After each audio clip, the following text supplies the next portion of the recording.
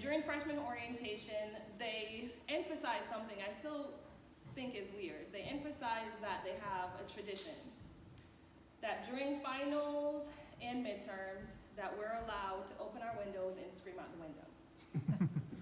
And it was a big tradition, and he went over it twice. And I thought, the 18-year-old that I was, I'm too sophisticated for that. I'm not going to need to scream out my window. Like, really, who screams out their window? And then final rolls around. And I got frustrated. I started to doubt who I was. Do I even need to be here? And then I heard someone screaming out their window.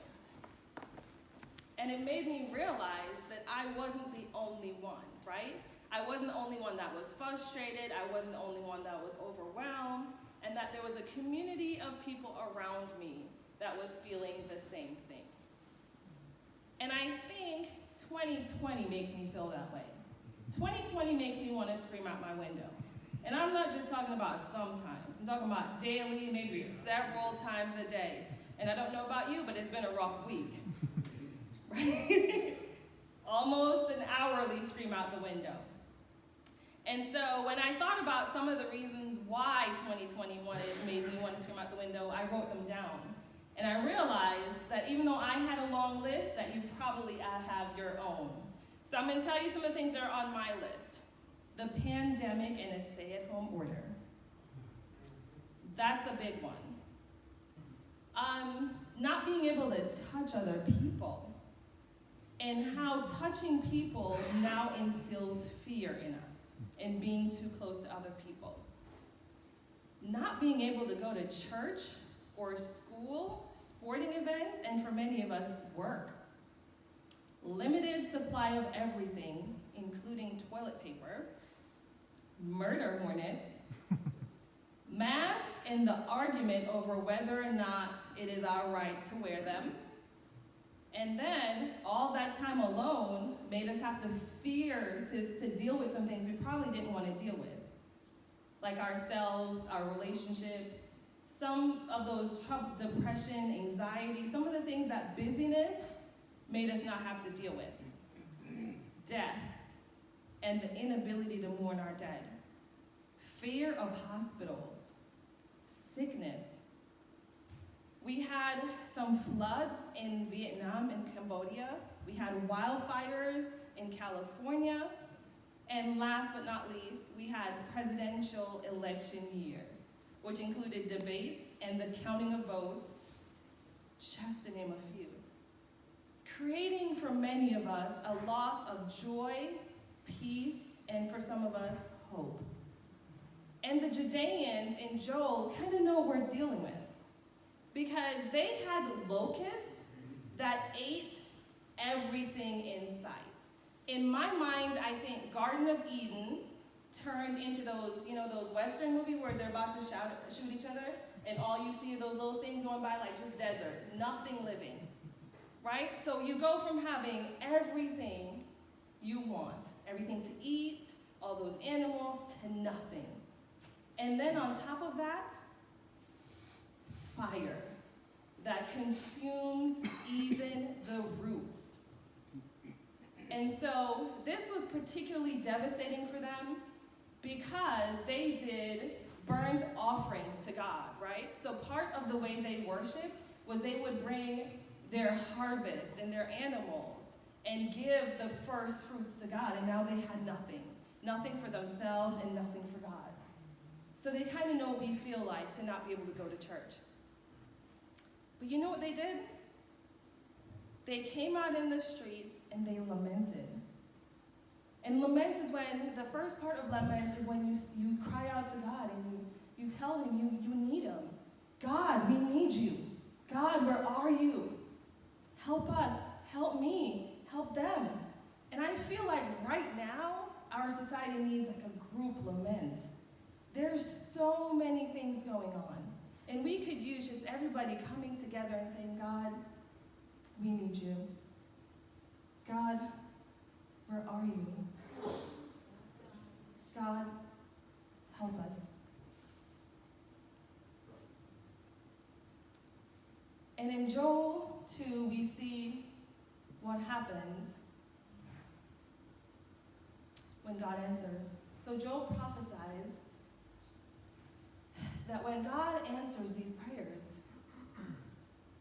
we're going to see it coming, right? The skies are going to open up. There'll be the Holy Spirit poured out all over us. And when I think of it, it says the great and awesome day of the Lord. And there are different versions that say the great and terrible day, the great and dreadful day, the great and awesome day. And I thought, how could it be both? And then I thought, bear with me, it might be like leaving your teenagers home, right? So you don't have to have teenagers to be with me. So imagine we're the teenagers, God is the parent, and he leaves us home, to go take care of Aunt Sally for a couple days. And he says, I'll be back, I've cooked some food, you're good till I get back, right? And the only way we know that God is coming is that car pulling in the driveway. So I don't know what kind of teenagers you all were, but I know the teenager I was. And if the only signal I have is that car pulling in the driveway, my heart starts beating. Oh, it's beating fast. Right? Because if I've been a good girl, and I've been doing my homework and cleaning up the house, my heart is still beating, right? But because I'm so excited to see my parents, because they've been gone.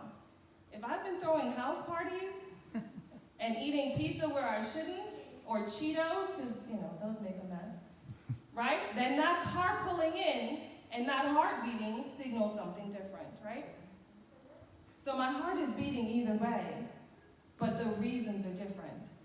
So I say that to say, when those clouds start opening up, when the fire and brimstones are coming, why will your heart be beating?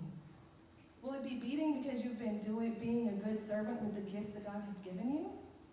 Or will it be beating because you're afraid you haven't done great with the things that God has given you?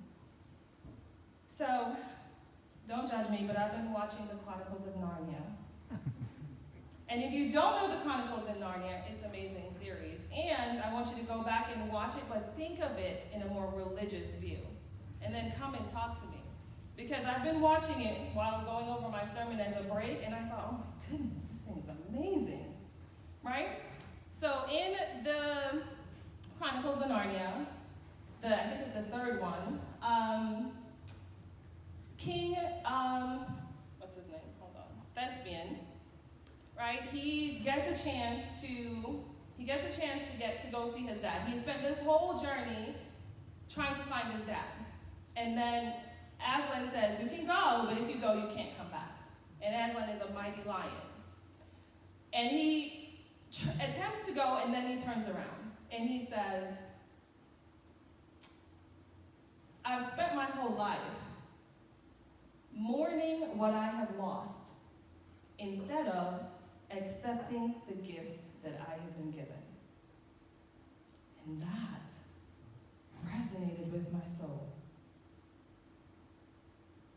I have spent the past 6 to 7 months mourning all that I have lost. All that I have lost.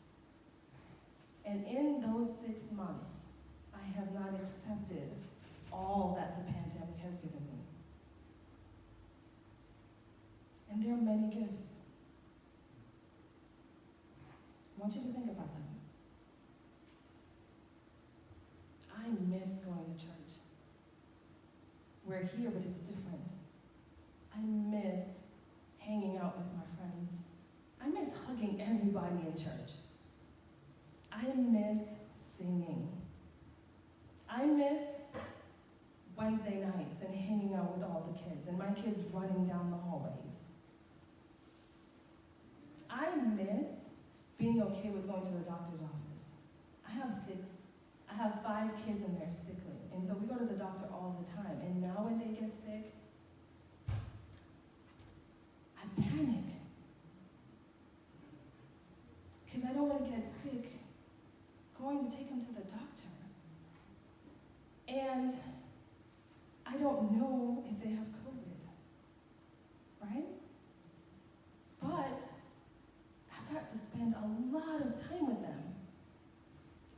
to meet all of you, right? We get to figure out what church could look like, how we want it to look like, how we actually love on each other, how we reach out to people who are not near. So,